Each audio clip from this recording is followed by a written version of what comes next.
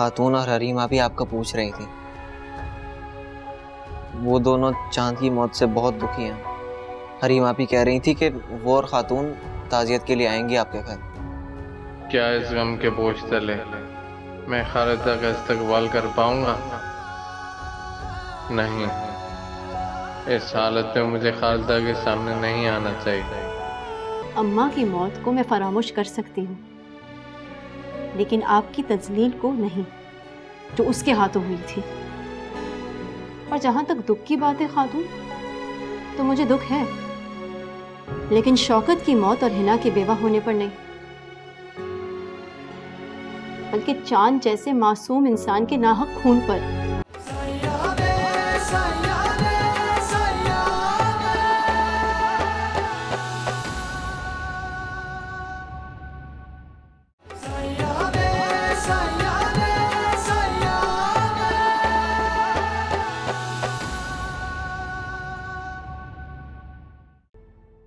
मेरा यूं बात करना आपको बुरा तो नहीं लगता ना? नहीं, क्यों? क्योंकि शौकत के जाने के बाद आप बेवा हो गई हैं और लोगों को तो बेवा की जिंदगी में ताकजा करने का बहुत शौक होता है। सरदार साहब, अगर मुझे लोगों की और दुनिया की फिक्र होती ना, तो मैं कभी भी अपने घर वालों से बगावत करके शौकत से शादी ना करती। आज पहली बार किसी को अपना हम ख्याल पाकर बहुत अच्छा लगा। वैसे अगर आप मुझे सरदार साहब के बजाय मेरे नाम से मुखातिब करेंगे तो मुझे बहुत अच्छा लगेगा। मैं आपकी शहद भरी आवाज में अपना नाम बार बार सुनना चाहता हूँ।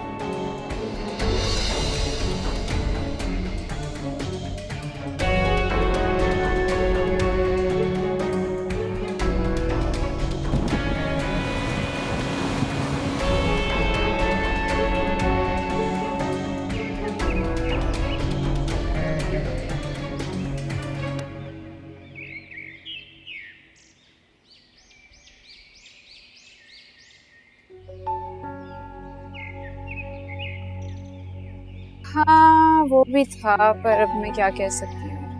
मैं बाद में कॉल करती हूँ। उसने तो मैं दरवाजे पे ही रोक दिया था। आज मेरे घर के अंदर कैसे? वॉचमैन ने नहीं रोका। ताजियत करने आई हो है। मन में जश्न, मुंह पे ताजियत। मैंने आज तक आप जैसी डोकली औरत कभी नहीं देखी। तुम्हारे मन के अंदर का जहर किसी दिन तुम्हें बहुत बड़ा नुकसान पहुंचाएगा।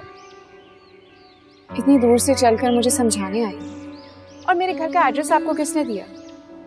हरीम ने दिया है। तो अब आप मेरे नफे नुकसान की फिक्र के बारे में छोड़, क्योंकि शौकत के साथ भी मैं फायदे में जी रही थी और शौकत के बाद भी परेशान शौकत से जी रही हूँ।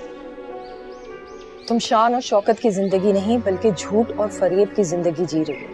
ये आप अपनी तसल्ली के लिए कह सकती हैं, क्योंकि आप तो यही सोचकर आई थी कि शौकत के बाद हिना तो रोड पर आ गई होगी। मगर अफसोस, आपके अरमान पूरे नहीं।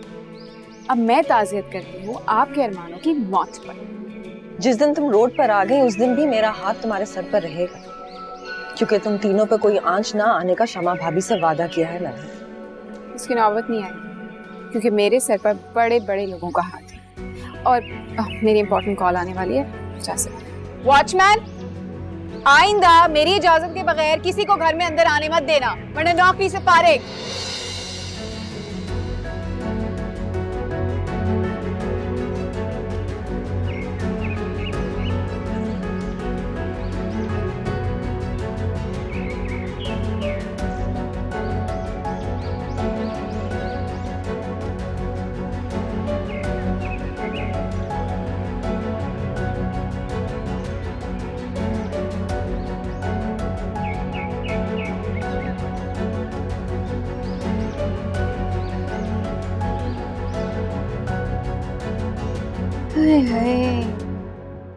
जान बहुत अच्छा इंसान था, उसके मरने का दुख हमें बहुत है,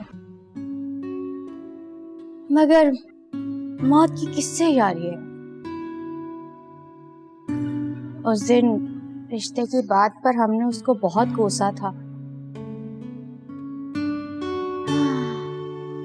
आज हमें बहुत अफसोस हो रहा है।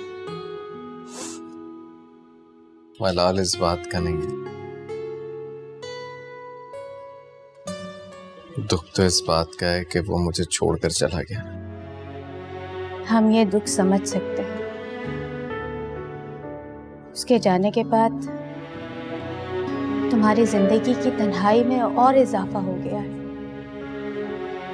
कब तक इस तन्हाई के रिश्ते से जुड़े रहोगे? शादी कर लो।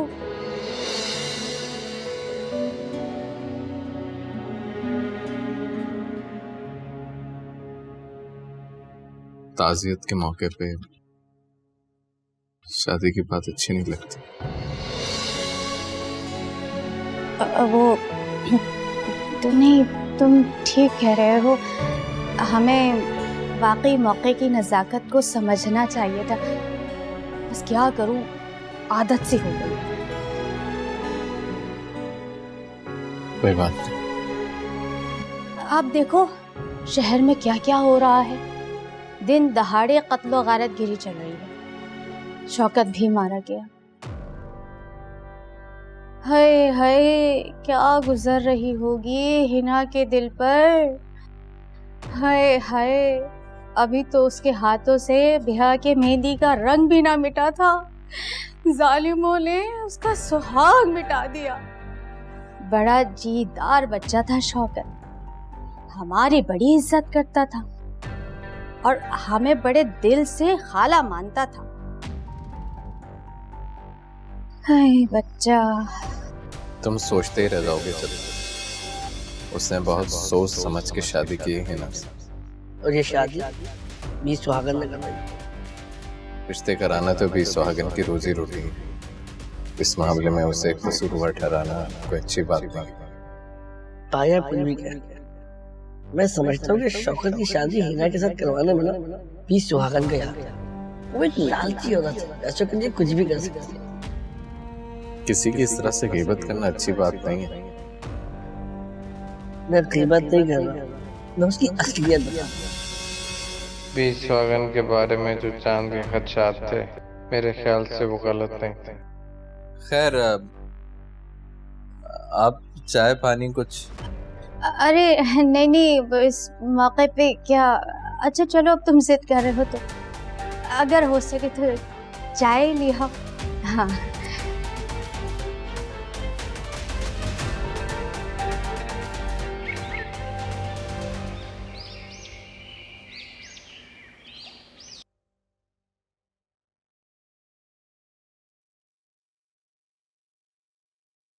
फरमान बेटा, जानते हो ये मैं आज तुम्हें अपनी जागीर दिखाने क्यों ले गया था? यकीनन कोई तो वजह होगी पापा। और वो वजह क्या है? वो वजह तो आप ही बता सकते हैं। चलो फिर मैं बता देता हूँ कि वो हमारी आबाई जागीर है और हमारे बाप दादा के जमाने से हमारी विरासत है। अगर हम उसकी रखवाली ना करते तो वो जागीर हमारे बजाय आज किसी और की हो जाती। सियासत भी आबाई जागीर की तरह है जो नस्ल दर नस्ल मुंतकिल होती है। हाँ, लेकिन शर्त यह है कि उसकी भी रखवाली की जाए। मैं कुछ समझा नहीं।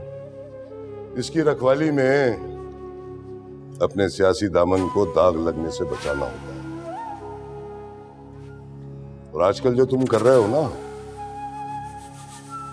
इससे हमें अपने सियासी दामन को दाग से बचाना मुश्किल हो जाएगा। बाबा, मैं ऐसा क्या कर रहा हूं जिससे आपको ये अंदेशा हो रहा है? आजकल तुम शौकत के घर के कुछ ज्यादा ही चक्कर नहीं लगाने लगे हो? बाबा, आप भी आम लोगों की तरह सोचने लगे। इसलिए कि वोट हमें आम लोगों से ही मिलते हैं।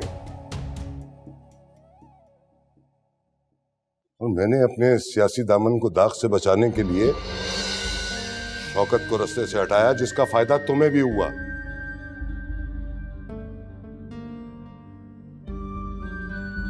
आप चाहते हैं कि मैं हिना से ना मिलूं? देखो बेटा, मौके की नजाकत को समझो।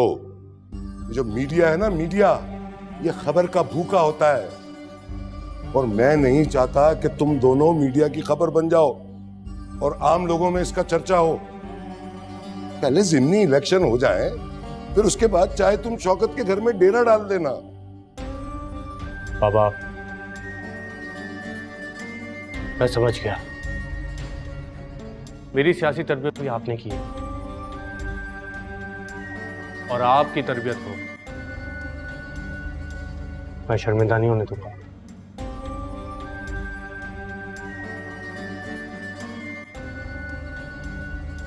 बस यहाँ इलेक्शंस, और वहां तुम्हारी इज्जत पूरी हो,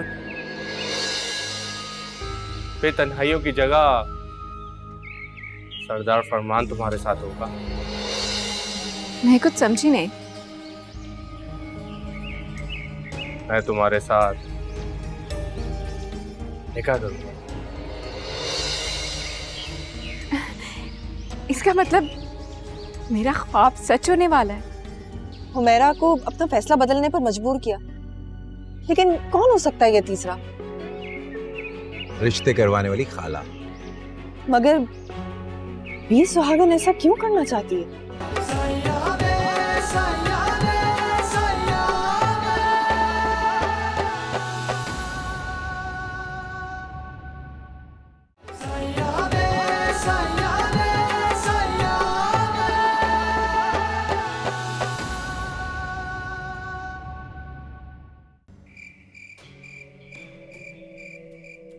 मेरे नफे नुकसान की फिक्र के बारे में छोड़, क्योंकि शौकत के साथ भी मैं फायदे में जी रही थी और शौकत के बाद भी बड़ी शान और शौकत से जी रही हूँ।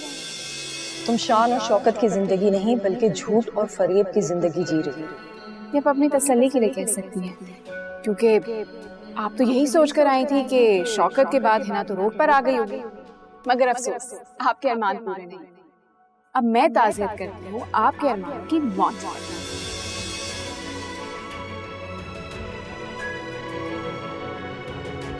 जिस दिन तुम रोड पर आ गई, उस दिन भी मेरा हाथ तुम्हारे सर पर रहेगा, क्योंकि तुम तीनों पे कोई आंच ना आने का शमा भाभी से वादा किया है मैंने। इसकी नौबत नहीं आई, क्योंकि मेरे सर पर बड़े बड़े लोगों का हाथ। शौकत के सर पर सरदार साहब का हाथ था, हिना के सर पर भी सरदार साहब का हाथ ही होगा। ये बड़े लोग यूं ही किसी के सर पर हाथ नहीं रखते। इसका मतलब है हिना ऐसी राहों पर चल पड़ी है जहां से वापसी मुमकिन नहीं है। मैं हिना को ऐसी राह पर चलने नहीं दूंगी।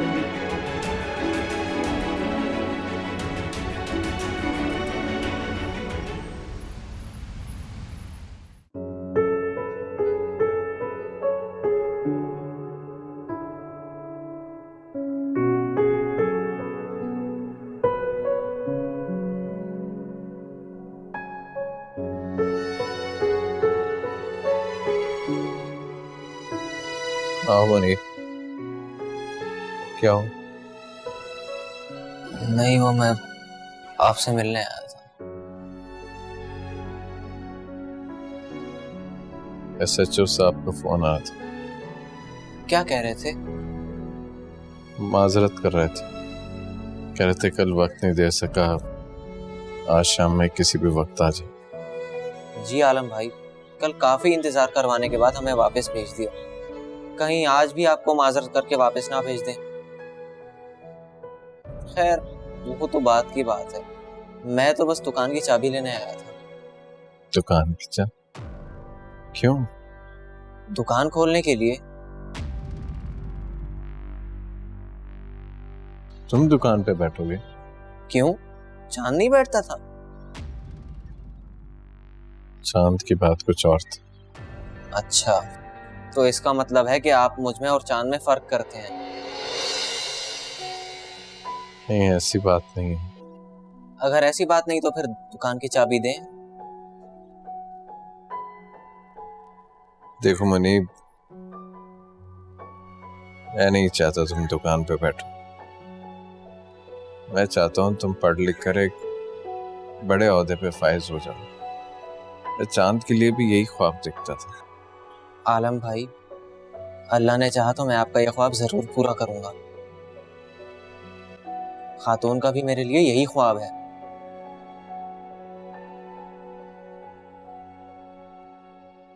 क्या हुआ है तुम्हें? खातून कल शौकत के घर गई थी। क्यों? उसकी बेवा से ताजियत करने। हरीम आप ही बता रही थी कि उसने खातून की काफी बेइज्जती की। खातून कल से कुछ अपसेट नजर आ रही है।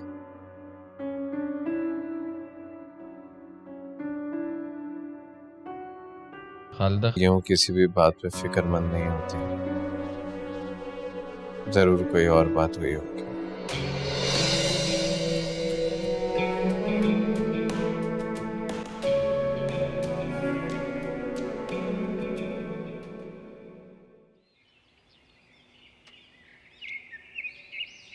मुझे तो लगता है कि तुम मेरे घर का रास्ता ही भूल गए। मैंने तो तुम्हें कहा था जब दिल चाहे तुम आ सकते हो। सरदार फरमान सब कुछ भूल सकता है, लेकिन तुम्हें नहीं भूल सकता। इलेक्शंस की तैयारियों में मसरूफ हूं, इसीलिए कहीं आ जा नहीं सकता। सारा दिन घर में अकेली रहती हूँ। तन्हाई से उकता गई हूँ मैं। बहुत जल्द तुम तन्हाई की कैद से आजाद हो जाओगी। बस यहाँ इलेक्शंस और वहां तुम्हारी इद्दत पूरी हो जाए, फिर तन्हाइयों की जगह सरदार फरमान तुम्हारे साथ होगा। मैं कुछ समझी नहीं। मैं तुम्हारे साथ निकाह करूंगा। इसका मतलब मेरा ख्वाब सच होने वाला है। ये तो मेरा तब से ख्वाब है जब तुम शौकत की बेवा नहीं, बीवी थी।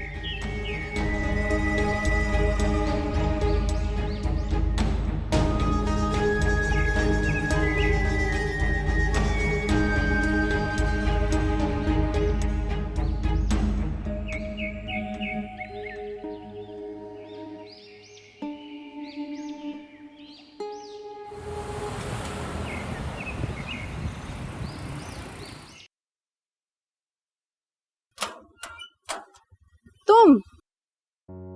हाँ मैं। अब क्या देखती रहोगी, अंदर आने का भी को? आओ।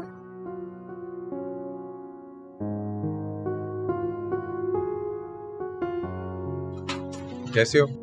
ठीक हूँ। खातून से मिलना आए हो? सच बताऊं तो दोनों से। वैसे मेरे ख्याल में मेरे मुतालिक तुम्हारे ख्यालात अब चेंज हो चुके हों। कौन से ख्यालात? यही कि मैं इस दुनिया का सबसे कमजोर और बुज़दिल शख्स हूँ। उस दिन तुम्हारे में ये दोनों खामियां मौजूद थी। मत भूलो कि मजबूत और बहादुर बनाने में मेरा हाथ है। ना, हाथ नहीं, बल्कि सारा का सारा कंट्रीब्यूशन तुम्हारा। हरीम, आ रही हूँ। चलो आ रहा हूं।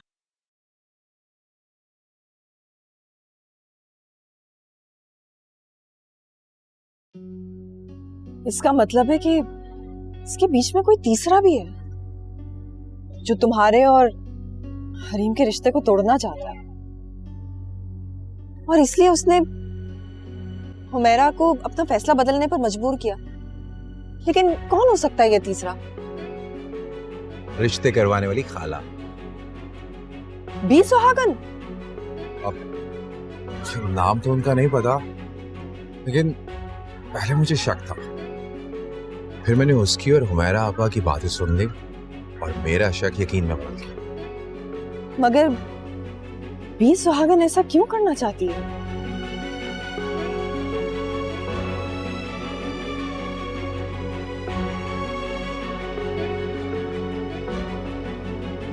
जो बात वो हुमैरा के कानों में डाल सकती है, तो क्या शौकत और हिना के जायदाद वाले तकाजे भी सुहागन की कारस्तानी थे?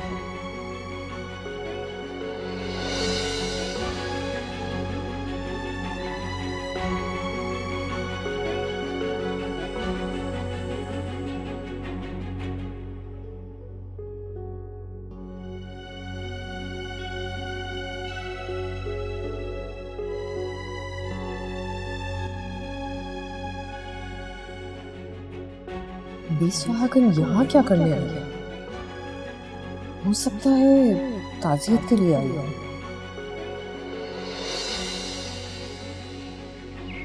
खातून, क्या सोच रही हैं आप? कुछ नहीं।